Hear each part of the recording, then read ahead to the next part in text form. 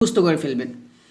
আল্লাহুম্মা বারিক লানা ফি রজবা ওয়া শাবান, এখানে আমরা ওয়াকফ ধরব।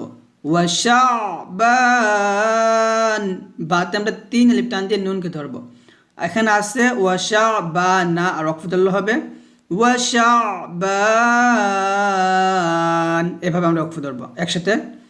আল্লাহুম্মা বারিক লানা ফি রজবা ওয়া শাবান। আবার আল্লাহুম্মা বারিক লানা ফি রজবা ওয়া শাবান। তারপর ওয়াবাল্লিগনা,